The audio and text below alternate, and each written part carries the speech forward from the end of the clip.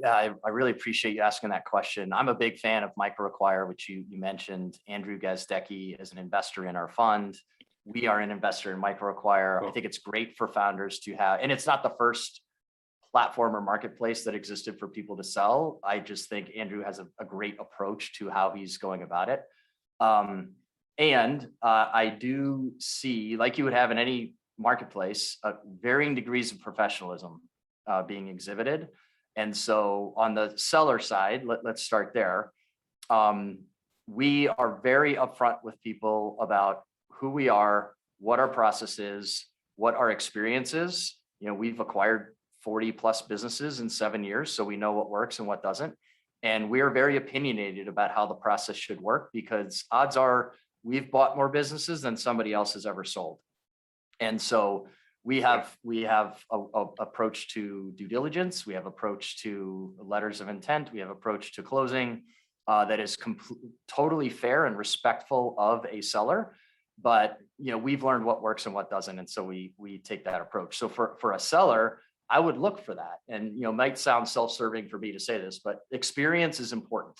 If you're selling to somebody who's never done it before, that's okay. If they're the right buyer for your business, you shouldn't run away from that, because many people only have the opportunity to acquire one business and then they run it.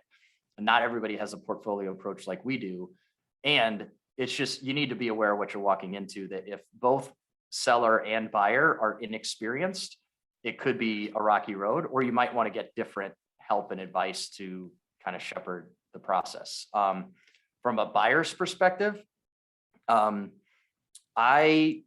biggest kind of tip I can give people is look for honesty and integrity and transparency from a seller.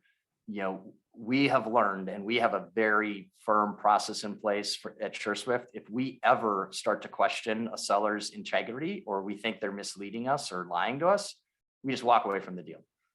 No questions asked, because no matter how good things might look, if we question somebody's honesty, then that probably bleeds into how they've built their business and how they treat their team and their customers. And we don't want any part of that. So I would just say that's my general best tip for a buyer is you have to feel good about the seller.